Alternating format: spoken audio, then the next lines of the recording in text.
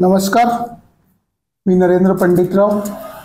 Raghavendra fertilisers private limited या आमच्या YouTube चॅनलवर आपलं स्वागत आहे. आमचा हा उपक्रम जर आपल्याला आवडला असेल तर आमच्या या चॅनलला जरूर सबस्क्राईब करावं आणि ही माहिती जास्तीत जास्त शेतकऱ्यांपर्यंत पोहोचण्यासाठी त्याला शेअर करावे, लाईक करावे. आज खरं विषय घेणार होतो खताची उचल कशी होती. मागच्या वेळेस मी बोललो होतो की खताची उचल कशी होती हा विषय पुढच्या वेळी घेणार आहे. पण मागच्या वेळेस ऊसावर बोलल्यानंतर लावण कशी करायची, संख्या, गॅप्स, काही जणांचे फोन आले, काही जणांचे मेसेजेस आले की खोडवा नियोजन हा विषय आधी घ्या आणि मग ऊसाची खतांची उचल हा विषय घेऊया. म्हणून आज आपण खोडवा नियोजन हा विषय घेऊया. खरं तर खोडवा हे सगळ्यात जास्त पैसे देणारं पीक आहे, कारण खर्च खूप कमी आहे. आणि खोडव्याला जर आपण 70, 60, 80 या रेंजमध्ये जर उत्पादन घेतलं तर खोडव्यातून मिळणारे पैसे खूप जास्त असतात, कारण खर्च फार कमी असतो. त्यासाठी मी एक अनुभव सांगतो. मी एकदा आफ्रिकेला गेलो होतो आणि तिथला जो माणूस होता, म्हणजे ज्याच्यासाठी मी कन्सल्टन्सी करत होतो, त्यांनी सांगितलं की आमच्याकडे जर पाचट जाळलं तर शिक्षा होते, कारण राष्ट्रीय संपत्तीचं ऱ्हास झाला या कायद्याखाली तिथं शिक्षा होते. खोडव्याला सगळ्यात महत्वाचं म्हणजे पाचट हे काहीही करून ठेवलंच पाहिजे. मी मागच्या 7-8 लेक्चर्समध्ये ऑर्गॅनिक कार्बन बद्दल खूप बोललोय आणि जमिनीचा ऑर्गॅनिक कार्बन वाढण्यासाठी खोडव्याला पाचट व्यवस्थापन हे अनिवार्य आहे, करावंच लागेल. पाचट जाळणे ही अतिशय चुकीची गोष्ट आहे, ती कृपया करू नका, ही वारंवार मी विनंती करतोय.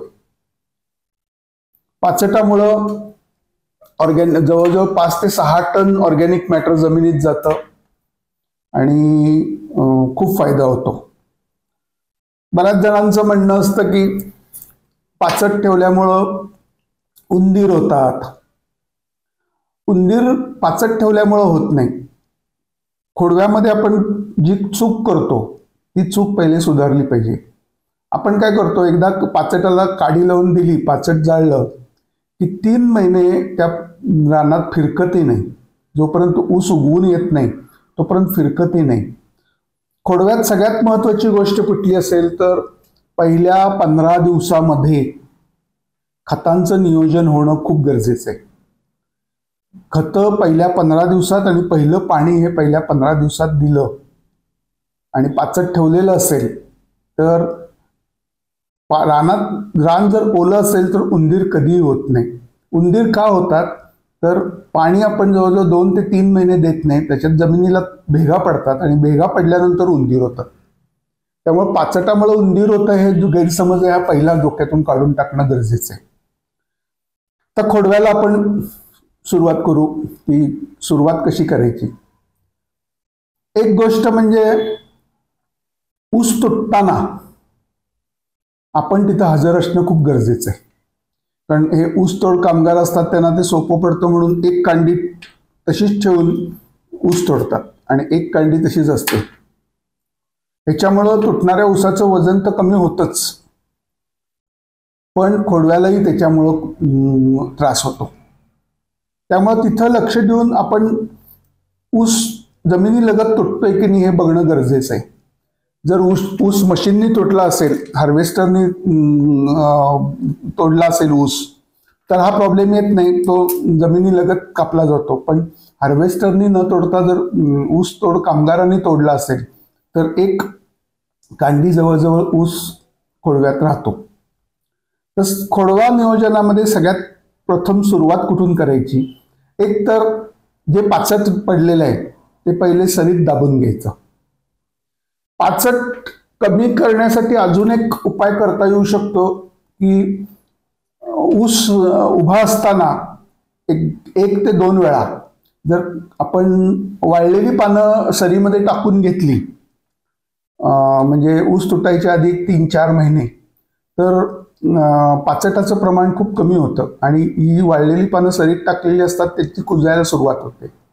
त्यामुळे पाचट कमी करण्यासाठी हा एक उपाय करू शकतो की वाळलेली पानं काढून घ्यायची. फक्त वाळलेली पानं काढून घेताना तो बियाणाचा प्लॉट नसावा. बियाणाच्या प्लॉटचे वाळलेली पानं काढायची नसतात.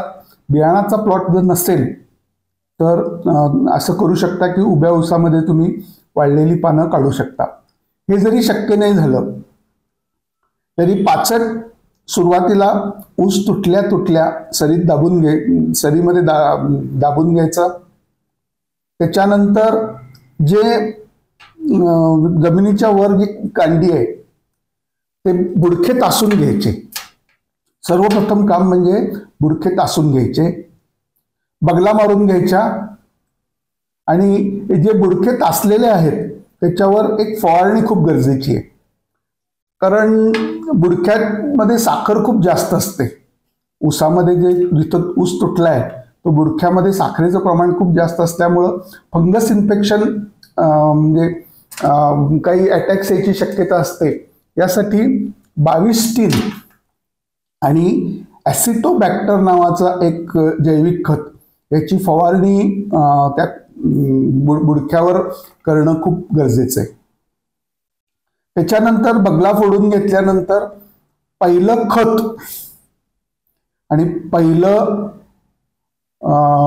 पाणी हे 15 दिवसाच्या आत गेलं पाहिजे. खत नियोजन करताना मी जसं लावणीला सांगतो की युरिया उशिरा टाका.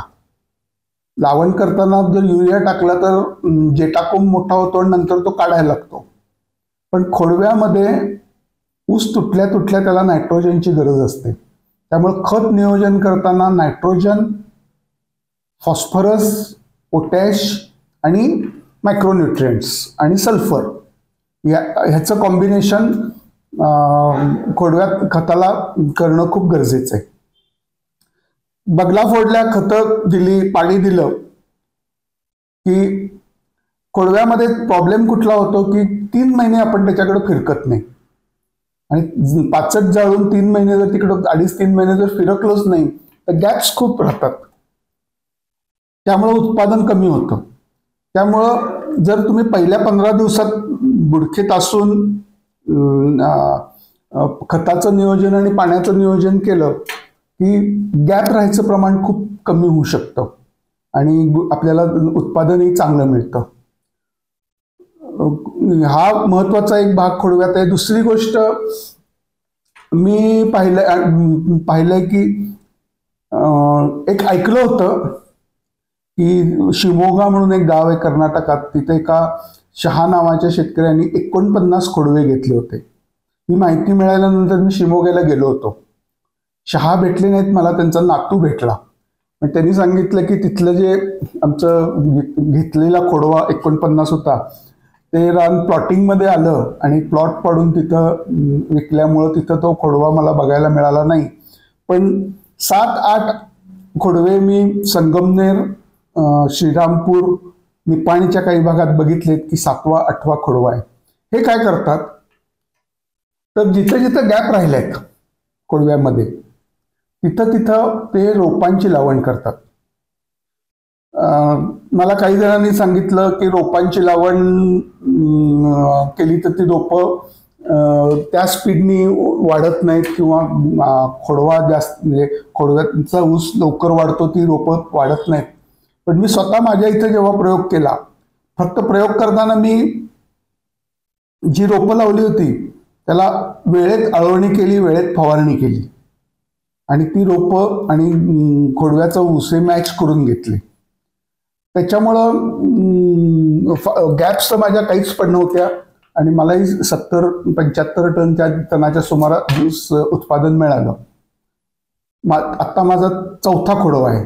म्हणजे निडव्यानंतर अजून एक मी 4था खोडवा घेतलाय आणि मला नाही वाटत की त्याच्यात फार उत्पादन कमी होईल, तेच होईल. म्हणजे जर गॅप्स आपण प्रॉपरली भरून घेतल्या तर 2पेक्षा जास्त आपण खोडवे ठेवू शकतो. हा खोडव्यातला एक महत्वाचा भाग. खोडव्यात खर्च तर कमी येतोच, मी सांगितलं. त्यामुळे 2-3 गोष्टी जर आपण लक्ष दिल्या, एक म्हणजे अगदी सुरुवातीला